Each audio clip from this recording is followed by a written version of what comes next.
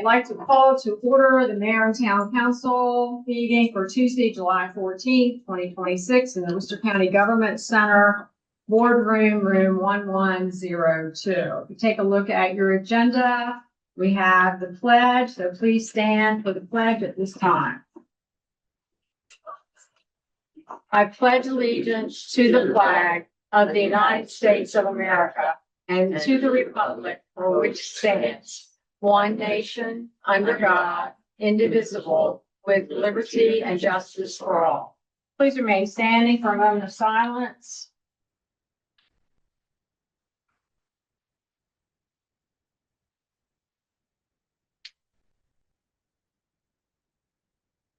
You may be seated.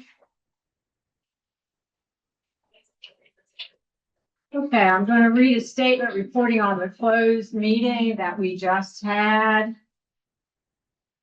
Closed session was held on July 14, 2026 that began at 6:36 p.m. and was held at Worcester County Government Center boardroom, room 1102, 1 West Market Street, Snow Hill, Maryland, 21863. Purpose of the closed session was to discuss a matter directly related to complying with a specific constitutional, statutory, or judicially imposed requirement that prevents public disclosures about a particular proceeding or matter, Articles 3-305B, number 13.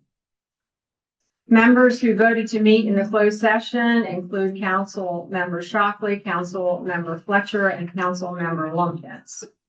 All in attendance for the closed session were Mayor Simpson, Council Member Fletcher, Council Member Shockley, Council Member Lumpkins, Town Attorney Maureen Howarth, Town Manager Rick Pollock, Police Chief McGee, Human Resources Coordinator Candace Ringanary,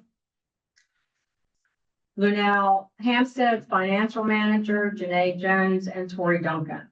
The topics actually discussed were a discussion about a Snow Hill Business Loan Program application. Councilmember Fletcher made a motion to adjourn, and Councilmember Shockley seconded the motion, and the closed session ended at 7:03 p.m. All were in favor of adjournment. All right, number 4 on the agenda is the recognition of Savannah Works as our 2025-26 student representative.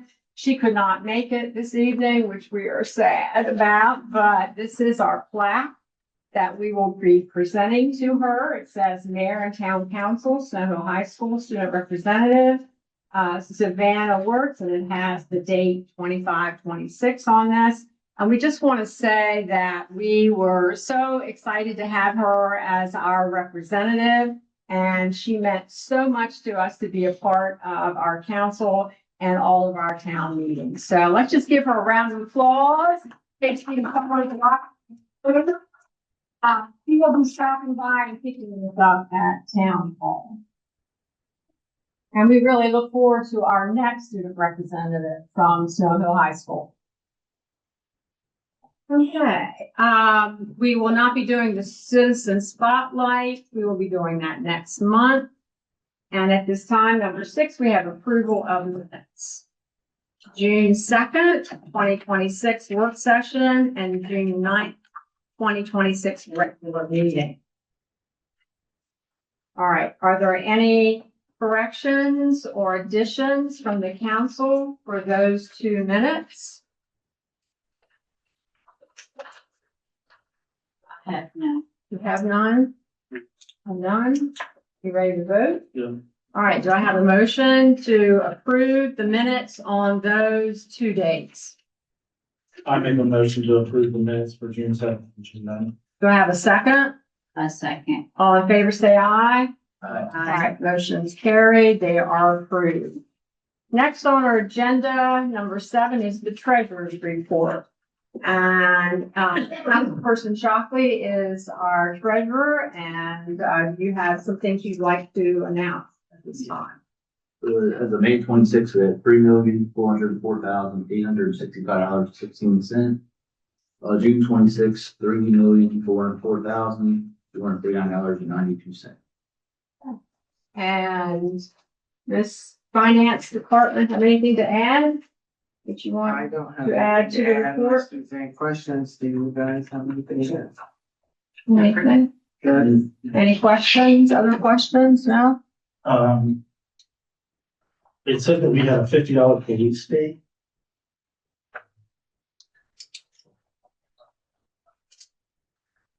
Because, so every now and again, there are records requests from outside sources that the police fund in, and they send in like $5 checks. Okay. So there's about that. Yeah. Right there. Any other questions? You have, no? All right, do I have a motion to accept the treasurer's report? I make a motion to accept the treasurer's report. Do I have a second? A second. All in favor, say aye. Aye. All right, so the treasurer's report is approved. Number 8, town manager report. Mr. Pollock? I do have a couple of corrections from my written report. In the third paragraph, under the description of the heat wave and the response we've had from the community in making facilities available for people suffering, I misnamed my friend Bishop Albert Davis of Free Indeed Ministries. I've got it in here, Bishop Elbert Davis. I think I was giving him 2 titles instead of one title and one name. So that should have said Bishop Elbert Davis. And on the last page under the meetings, a couple of corrections there. The Charter Review Committee is going to meet on Thursday, July 30th, not this week, but Thursday, July 30th at 5 p.m. at the Town Hall Annex. The next Planning Commission meeting, we met last night, but we're going to meet again next Monday, July 20th.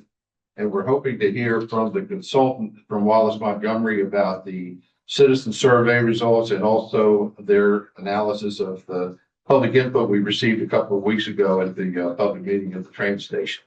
So if you're available to come out next Monday night, it's at 7 at the Town Hall Annex for the Planning Commission, and then the Charter Review is on the 30th. All right. Questions from council? Yeah, we still haven't heard back from the county commissioners about the Snow Hill Pharmacy, like the potential meeting amongst our elected officials and them. No, they have not replied. Mr. Young, I corresponded with Mr. Young. He assured me that he had taken our request to the commissioners and he would let me know when they respond. So I don't think they've met as a group since they got that, and it could be that we'll discuss it together. Just for the record, we did ask not to be on one of their regular agendas to speak from the audience. We asked for a true roundtable discussion so that we could have a good give and take back and forth with the commissioners in the town and the supporters of the pharmacy. The Worcester County Hazard Mitigation Plan, is that for hurricanes and tornadoes, or is that something else? It's very similar to the comprehensive plan. The county has a hazard mitigation plan. They've hired a consultant to update it. We had an initial meeting a couple of weeks ago, and the next second meeting is planned for next Monday. But did they indicate the hazards that they were trying to mitigate? So far, we've only had the introduction, but yeah, well, I'm hoping that we get into the nitty gritty. Okay. Thank you. Any other questions for Mr. Pollock? Have you heard any more updates from Chesapeake Utilities? We're going to hear something tonight. We have the voice. All right. All right, we'll go to number 9, department reports. Let's start with economic development. Anything to add? Nothing to Dennis? Nothing to add. Yeah. Okay, any questions from council? Yeah, the Shark Tank pitch a policy at the MML convention. What exactly is a rapid rural readiness initiative? So that's just something I proposed. From what I can see in the state landscape, there is a mechanism, particularly for rural communities, that is quick and rolling. You know, like that's once a month or twice a month with smaller amounts of funds for gap funding, could be on different tracks, different sort of Like crop failure, that kind of stuff? could be, you could have an ag track, you could have an entrepreneur track, you could have multiple tracks, however you want to design it. It was just a concept to address a gap that I see in the funding environment. And I think a challenge for rural communities across the state, because we are very resource constrained, as we all know. And the reality is there are funding cycles that happen on certain timelines year in, year out, and if you miss it, or if you don't get funding for that, and you just have a gap, and you need something quick, there's really nothing for that. And there's a lot of examples out there. There are a lot of cities that do this. There's a private foundation out west that does this specifically for rural communities. Could be, as small as like $5,000 to up to $100,000. Both of the secretaries I spoke to were very receptive to the idea. They liked the idea. They saw a need for it. Jake Day thought it could be operationalized quickly. He's the secretary of DHCD, but he, understandably said the main constraint is the state budget, right? Like if they were to do that, they have to find that money somewhere else. Yeah. So, but I think it's a gap Okay, in the state. all right, great. Thank you. Okay, any other questions? No question, but I have a comment that I'm happy to see about the community garden. Have you got many vegetables from that yet?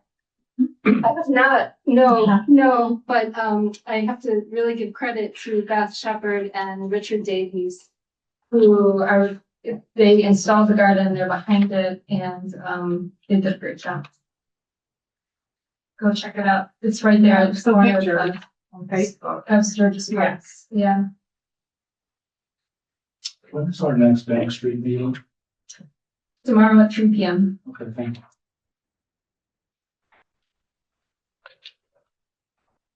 Any others? All right, code enforcement, Mr. Grandaway. I did notice that in the packet, it didn't include the historic district commission agenda and the outcomes, and then the permit report. What happened? They accidentally sent a short version, but I do have it available here, or I can email you, council members, that material tomorrow. Okay, Other than that, nothing to add. nothing to add, okay. Questions? Yeah, on your vacant non-residential registration report, you've got 107 Pearl Street on there. That's Catherine Culbertson's house, that's where she lives. But you sent a warning letter, it's a vacant storefront. They actually own both sides of Yeah, Pearl and Bank Street, but we did not count the Bank Street version or the side as a commercial property. okay, so what are you looking for? If she's got on there, it says like Lower Shore Art Cooperative. If she was to put some local art in the window, would that satisfy the vacant? No, they should have a bona fide business in there, meet the spirit of the regulations. I mean, that's like their living. Hmm. That's like their living. Yeah. We're living in the other half in the upstairs, Okay. to my knowledge.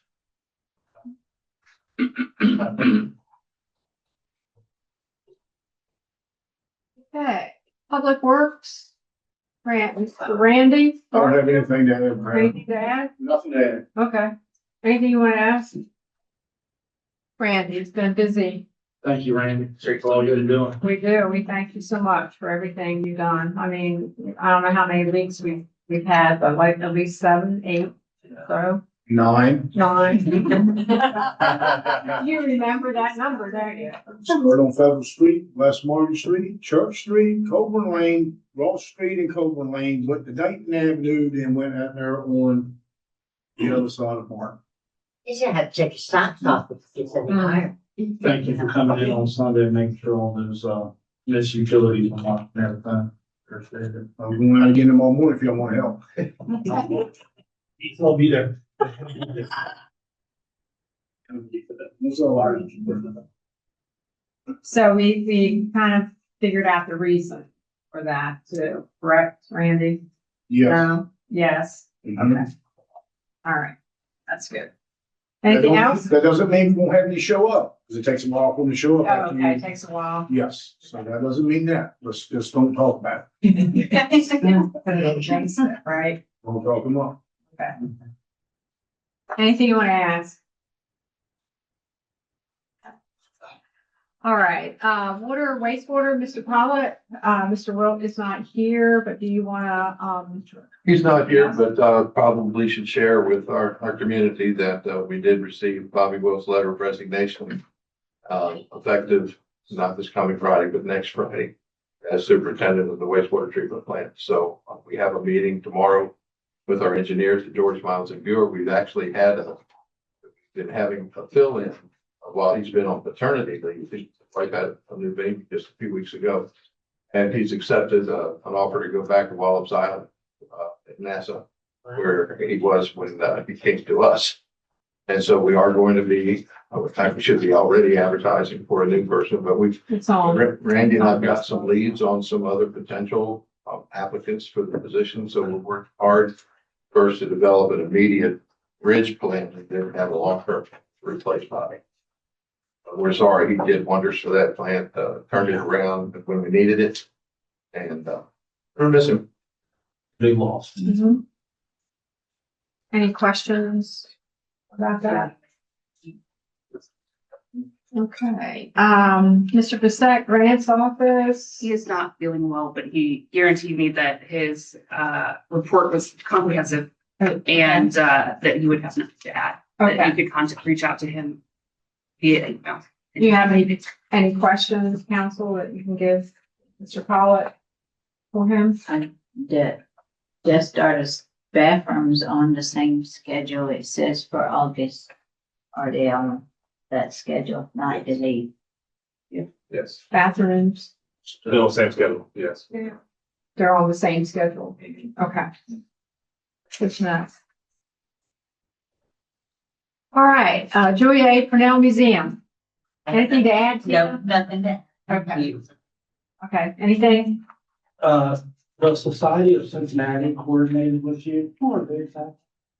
Honestly, it was through the museum and the Maryland Museum of History and Culture. So they were the ones that let us have the grants. We never interacted with the Museum of Cincinnati or the Society of Cincinnati. It was like an overall grant for that particular trunk, and they let some people have it. We were able to get one of them. So Great. All right, any other questions? Did y'all have many people for First Friday this month? we did not. We actually did not have a lot of Friday visitors. We did not participate this year. I mean, this last month, we This didn't last month. participate. Yeah, we usually host with the Worcester County Historical Society, and they did not, it wasn't a good opportunity for them, so we didn't go at the same time. But we'll go next month, Next month. the next First Friday. The next, Yes. first Friday. Yeah, we'll be back on schedule. We're gonna have to get you all one of those nice signs on that way. Yes. Or we can get a nice yellow brick road that would lead from Baker Street to the museum and get as many visitors to as possible.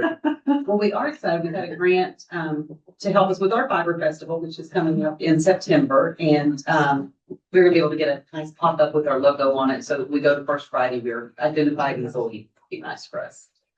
So it can be reused, even though it was for the Fiber Festival, it's a reusable. Okay. Councilperson Watkins has something. Are you like preparing for field trips for like the local students? Yes, we are getting, we're putting our calendar together and that'll all go, we'll have it together soon. I've been working on it and it'll go up on our website and we'll have a small board meeting for our executive committee this, next, the 22nd. And so we'll talk about that then and make sure we're where we need to be. Okay. You're welcome. All right, Police Department, Chief McGee, have anything to add? Only thing to remind everyone is this weekend is the Riverfest downtown. So we'll have some street closures starting Saturday morning and run until probably Saturday evening. So other than that, the report stands. Okay. Any questions for Chief? Okay. Fire Department, we have the report in front of us. Are there any questions from council for Chief Quillen?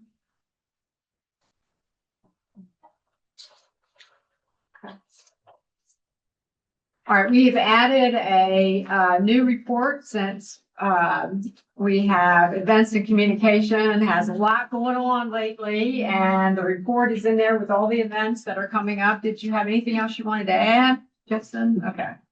Okay. Any questions for him about the events coming up?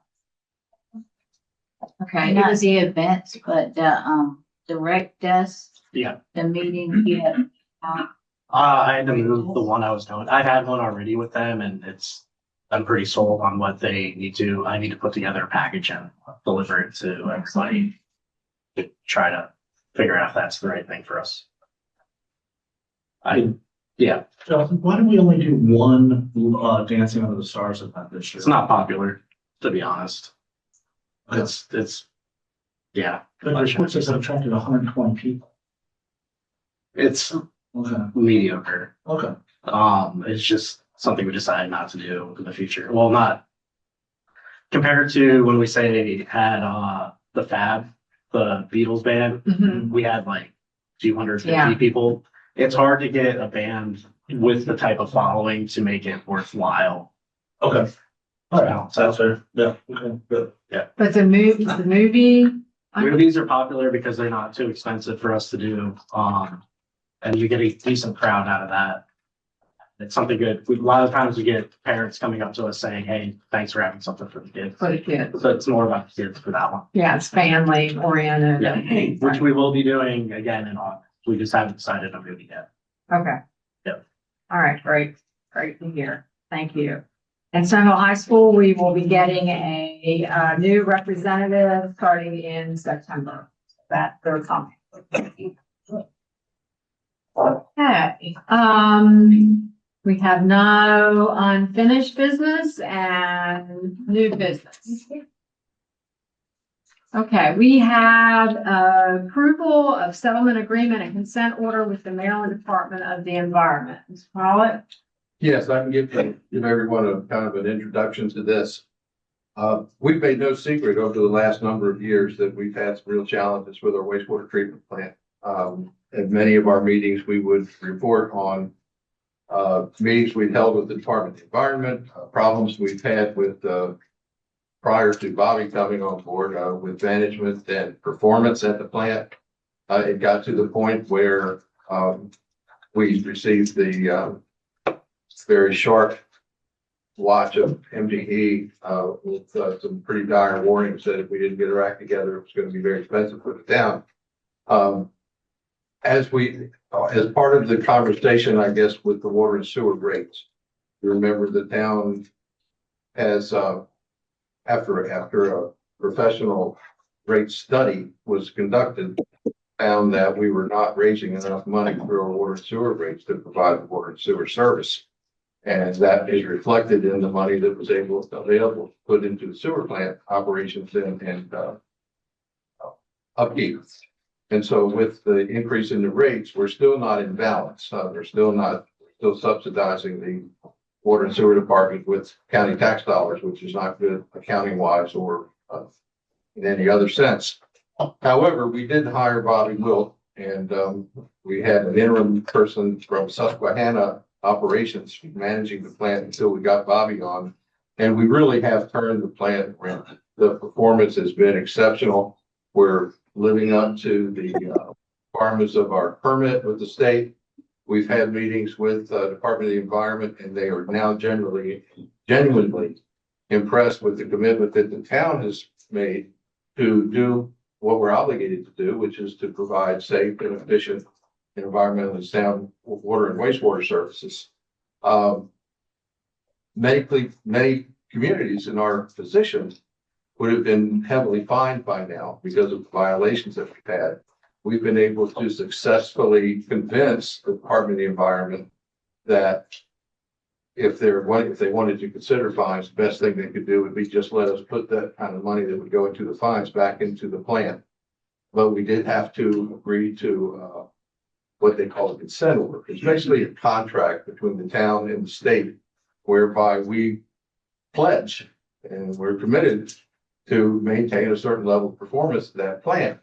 And that means capital improvements from one year to the next. That means having the staff available to make sure that our testing is done properly, the accounting of it, the management, the day-to-day management is sound.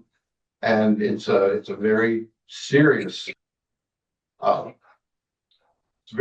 arrangement for a town to be in. It's something that you don't look forward to.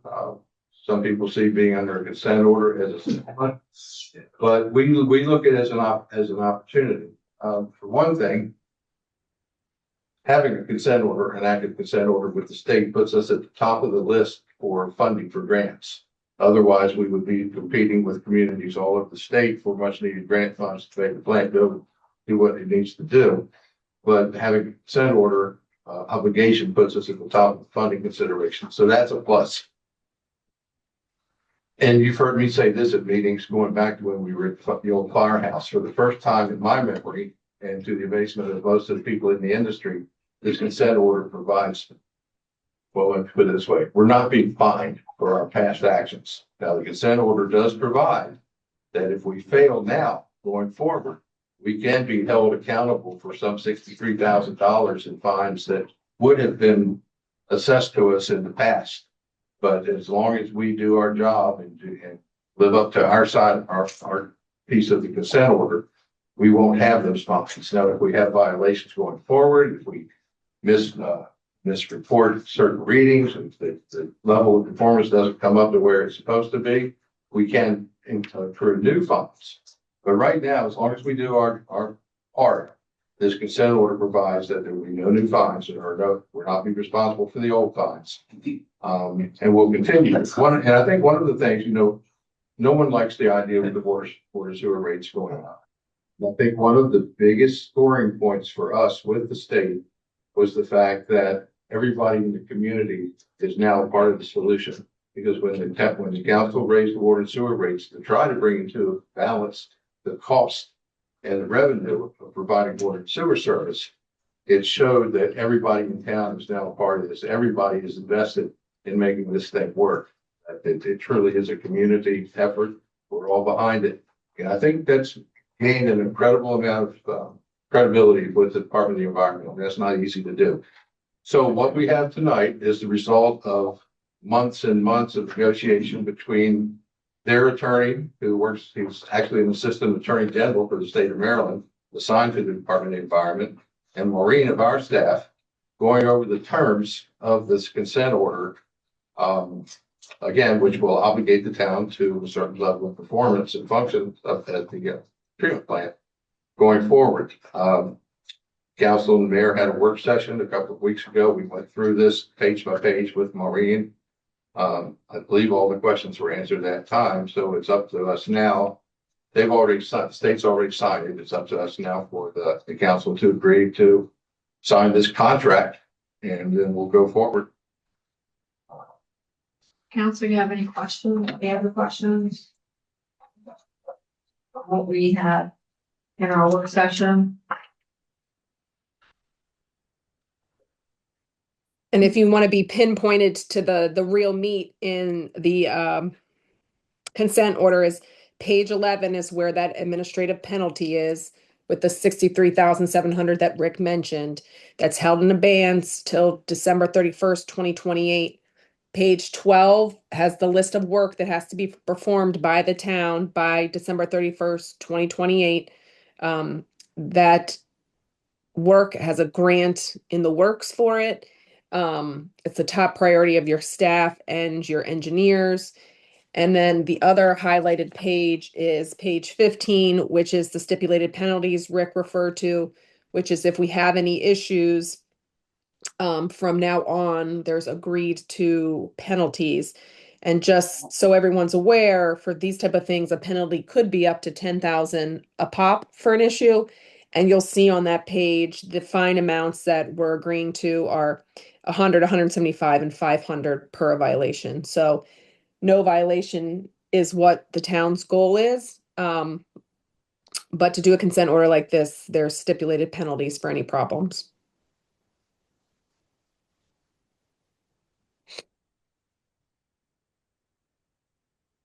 Mr. Butcher, have anything else you want to ask? No? Okay. All right, do I have a motion to approve the settlement agreement, a consent order with the Maryland Department of the Environment? I'll make a motion to approve the consent order, the Maryland Department of Environment. Do I have a second? I second. All in favor, say aye. Aye. Aye. And so it is approved, motion is carried.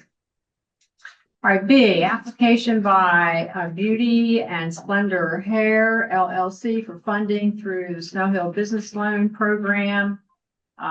This is, would be a motion to approve just the application, and then we will, have a couple other, special meetings to, take this a little further with a couple other steps. So do we have any questions at this time about that? Okay, so do I have a motion to approve the application by Beauty and Splendor Hair?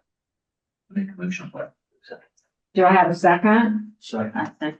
All in favor, say aye. Aye. All right, so the application for Beauty and Splendor Hair is approved. Congratulations. Thank you. All right, C, rezoning request filed by Sean Johnson on behalf of Burview Properties at 216 Belt Street, and to change the text of the zoning ordinance. This is a referral of the project to the Snow Hill Planning Commission.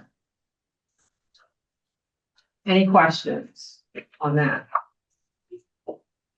All right, do I have a motion to approve the referral of this project to the Snow Hill Planning Commission? I make a motion to approve it. Let's explain. Okay, do I have a second? Second. All in favor, say aye. Aye. All right, so the motion is passed for the referral. And we have another referral, a rezoning request filed by ESP Holding Corporation at 210 Belt Street, referral of project to the Snow Hill Planning Commission. Any questions? Okay, do I have a motion for the referral? I make a motion to refer it to the planning commission. Do I have a second? A second. All in favor, say aye. Aye. All right, the motion is carried for the referral of the project to the Snow Hill Planning Commission. Okay, this time is comments from the public.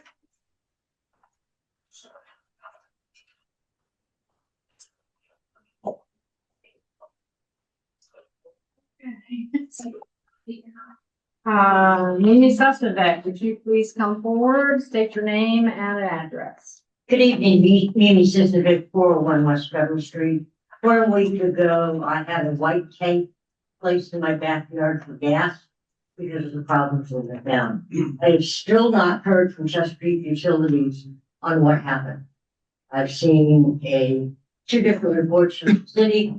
I'm rather disappointed in that. How much longer is this going to last?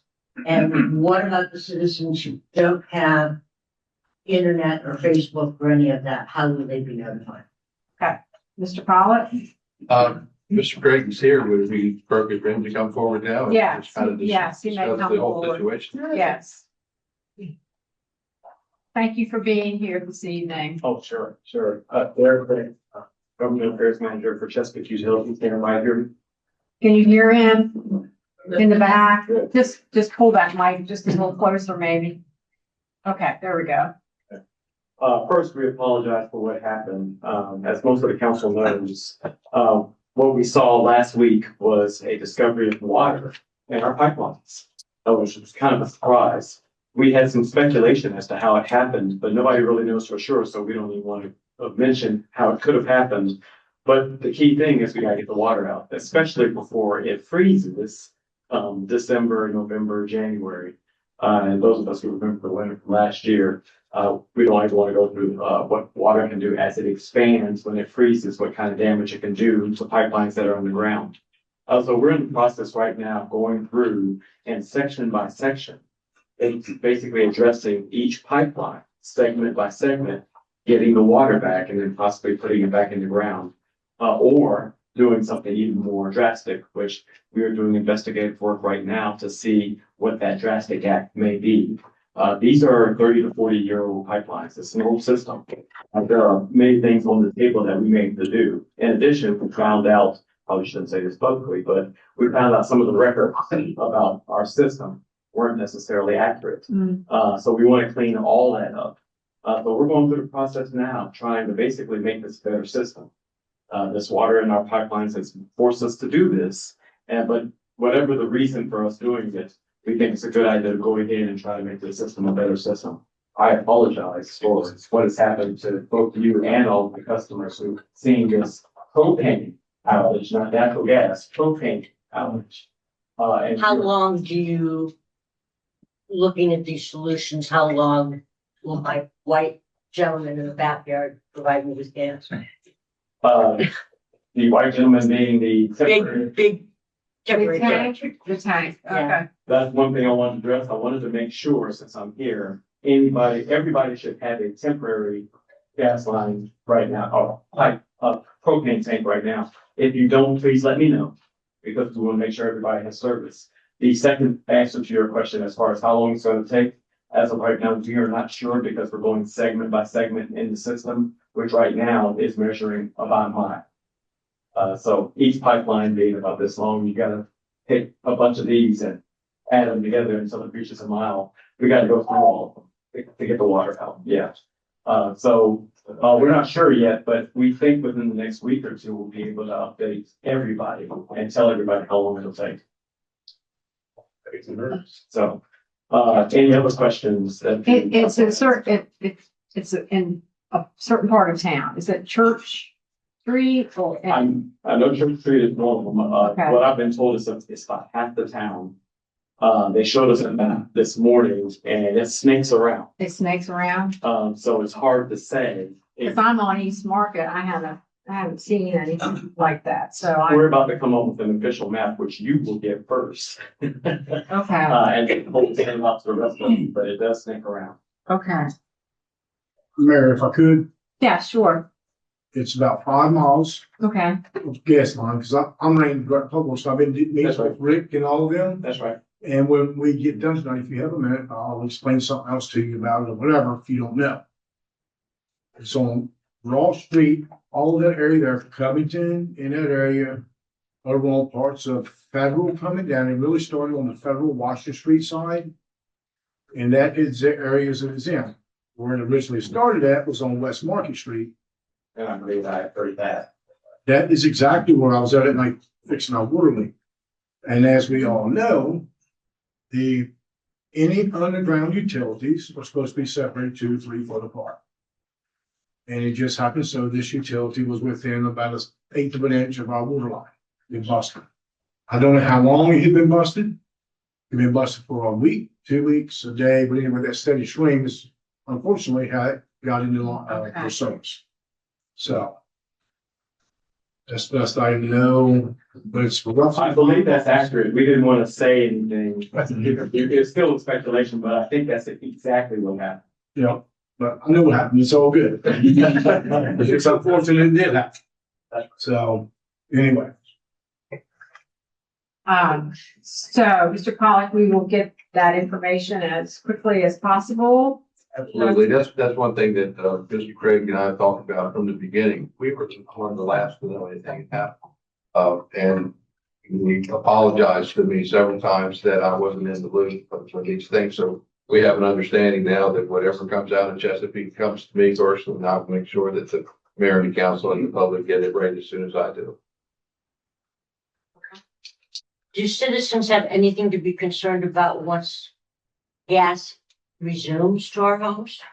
No, it is actually safe, as I was told today. This is not a safety issue. It is an efficiency issue for the system, but safety is not an issue. Just for everyone's understanding, are there still burn-offs going on around town? Will people see flames coming up as the repairs are being made? I don't want to get myself in trouble by saying the wrong thing. I don't believe so, but if they do, it's under control. Yeah. And let me go ahead and announce to everybody, because Randy knows that. They're gonna purge the system. Yeah. And they're gonna use nitrogen more than likely. I'm not trying to take your, I've been involved in all of them. I've been in this before. It's 17 years ago in this town. If I'm not mistaken, maybe 18, and they'll purge the system. And then they'll take and make sure all the water's out of line. They'll turn the gas back on. Everybody's service will be back like it's supposed to. And I will tell you, your guys have done a very good job as far as doing what they had to do in town here, as far as following all the marks, letting me know every area they were going to be in. They have done very well. Just so y'all know. and I appreciate it. Yeah, I will say that they announced on our, because we went to daily calls Okay. to make sure everybody was updated with what's going on. And they said this morning, we don't do anything before we call rain. That's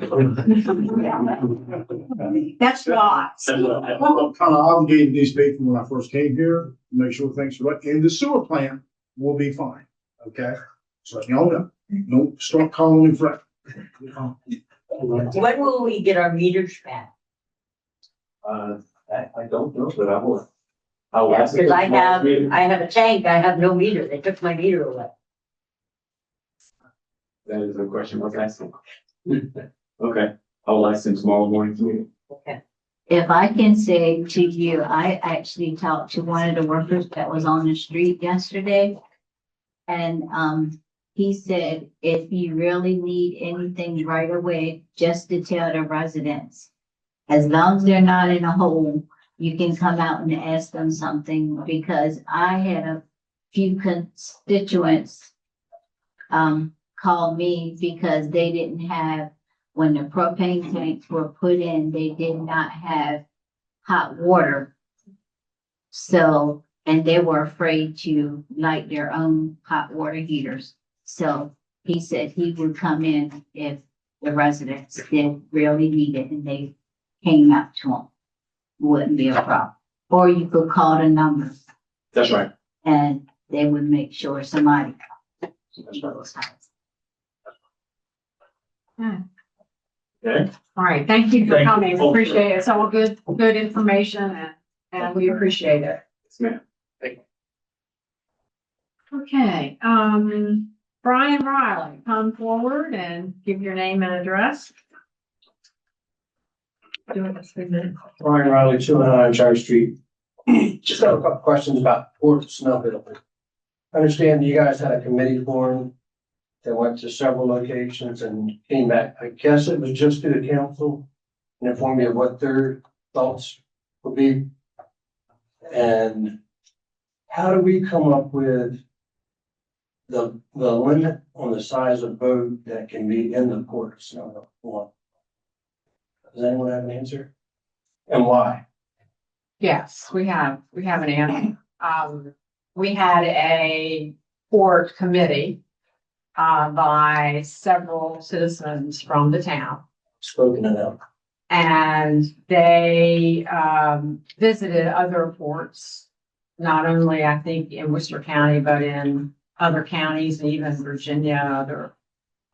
And so they came back and they discussed with us and gave us all the information that they had gotten. An ordinance was written and it was presented to the public and to the council.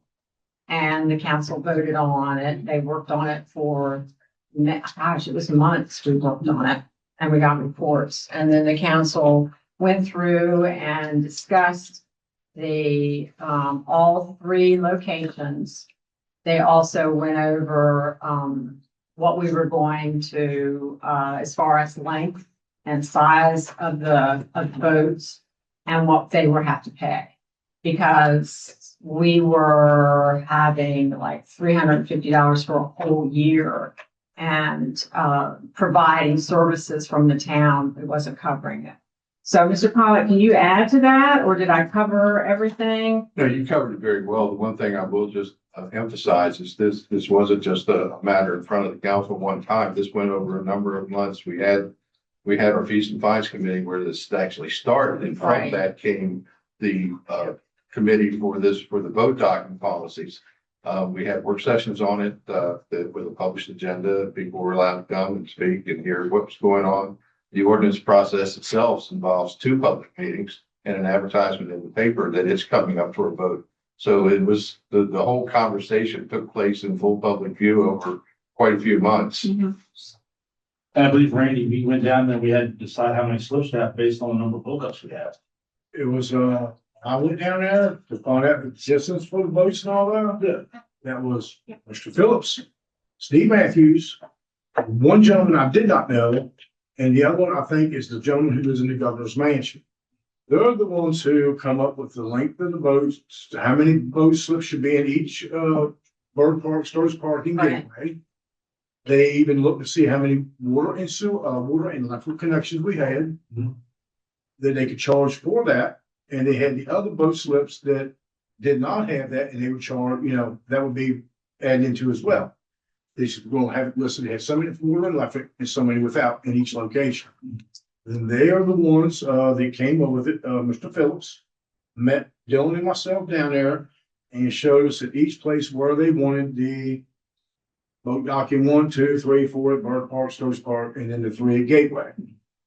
And that's how all I was involved in transpired. Now, I spoke with Mr. Phillips myself today, and he did tell me that there was nowhere that they said a boat length. So, No, well, I mean, that's, so say your boat's over 35 foot, right? So you got like 70 foot yacht out there. Then that would require like 2 spaces. so I understand that. I mean, I make my living on the water, travel on the East Coast, so I understand that. I just want to know the 30-foot length. I mean, me as a resident of Snow Hill and been on this river longer than most of you guys ever had a boat have been around here. I know when you come across that bridge and you see boats parked at so-called the port of Snow Hill, it looks good. So to run boats out of here when we don't need the space, I don't understand how we come up with a 32, 35 foot length. And that's why I'm trying to figure out why we did that. We have to pull the ordinance. It's written in the ordinance. But There's also the Randy set told us distance that was part of between their the hookup. conversation. That's Was what. that The set distance between the hookups, part of that conversation. They make shoreline cords that are 50 foot, 75 foot, 100 foot. Yeah. So no one has an answer. Yeah, I've had a few complaints about it as well. There's like 3 boats or like you don't really space because you have 3 boats up there. I've had a few people call about it. Mhm. We had one guy was there for 3 years and kind of he moved away. It's kind I of mean, we had where that boat was, that sat there for 4 years, 5 years, whatever, and took up how much space and wasted how much of the Snow's money. Hmm. So I'm just trying to figure out why, who came up with that and why we came up with that way. That's my The, question. the committee and the council and the citizens. And the next question is, if a boat is gonna have a slip there, why can't they fuel? Why can't they fuel? That ended up being, as far as what I was told in the regulations, as far as, close to the land like that, and as far as me, I don't know why they can't fuel there. If they call Danny Scarborough to come fuel their boat, that's between Danny Scarborough and them, and if Danny spills fuel, That's or on if that. that boat leaks fuel, that's on the captain of the boat.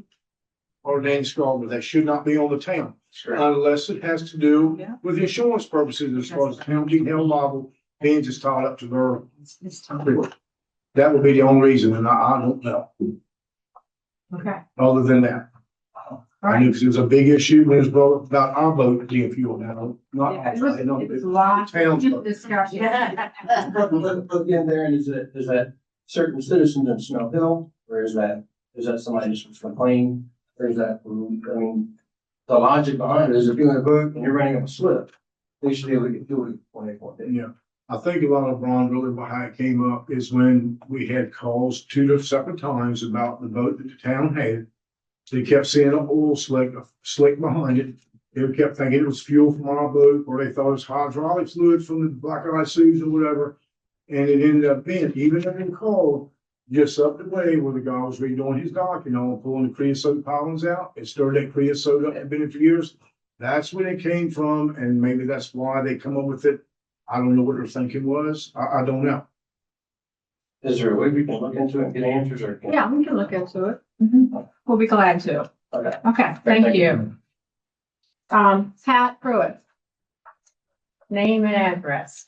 Pat Pruitt, 329 East Market Street. I'm here with Brian about the boat issue. You got 2 people that park a boat there. You won't have 10 boats all summer to be there at one time. I don't see where these guys are hurting a thing. And, well, I don't think. All right, we'll look into it. Wait a minute, I ain't done this. You got 3 minutes. I'll be. We'll get on it. All right, yeah, because the Black Eyed Susan sat there for 2 years, that wasn't a problem. Now you got Jerry down in John Park there, now it's a problem. And I didn't see y'all, I just heard about what happened. And, oh no, I'd like to see it go to a vote good town, maybe. I mean, y'all do your thing, but it's not fair to a lot of people that don't get out and know what's going on. And I'm sorry for that, but it was, I think they ought to be sent back and upstairs. That's my feeling. Okay, thank you, Pat. Thank you, man. All right. All right, let's see. Think that's it? Okay, comments from the council. Councilperson Fletcher, anything you want to add? I was gonna ask about the gas, but I gave my comment about. Okay. The River Fest this weekend. Yep. From 12 to 8. Okay, Yes. Councilperson Lumpkins, anything you want to No, I'm good. comment on? Councilperson Shockley, good? Okay, and I just want to reiterate the fun time on Saturday that we'll have from 12 to 8. We're building, some boats, by citizens and, anyone who's got the capability of designing and racing a boat. So come on out and have a good time with that. And I also want to again say how pleased I was with the July 4th celebration, even though it was hotter than heck. And many people still came out and saw the fireworks were amazing. The chamber of the public works and the police department got people, out as quickly as possible. And I thought we didn't have any problems with anybody. And so I just want to congratulate all the staff on all the help with that. So at this time, do I have a motion to adjourn? I make a motion to adjourn. Do I have a second? Second. All in favor, say aye. Aye. Adjourn. Thank you.